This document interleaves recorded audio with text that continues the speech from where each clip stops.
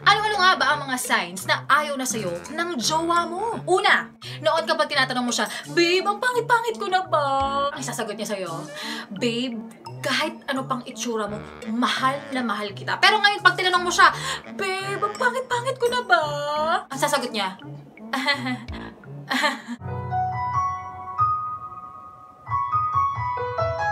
Pangalawa, yung text mo sa kanya na I love you.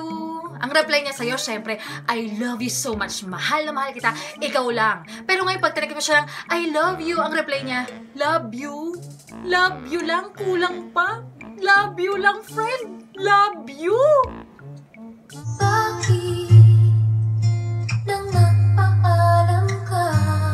Pangatlo, sasabihin niya sa'yo, break na tayo. Pero wala namang dahilan. Pero ang totoo niyan, friendship.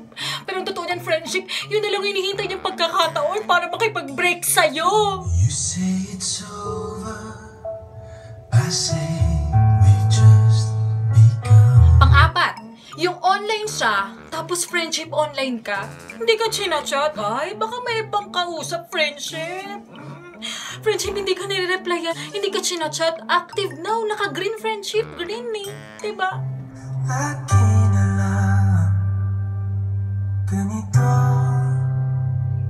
At pang-lima, yung kinukulit mo siya na magkita naman kayo, kaso puro ang dahilan niya, busy daw siya, may ginagawa daw siya, intindihin mo naman daw siya. Pero ang totoo niyan, friendship, hindi ka niya priority. Hindi ka lang talaga niya priority. I'll never come far away from you. At yan nga mga signs na ayaw na talaga sa'yo ng jowa mo. Ayaw na sa'yo ng jowa mo.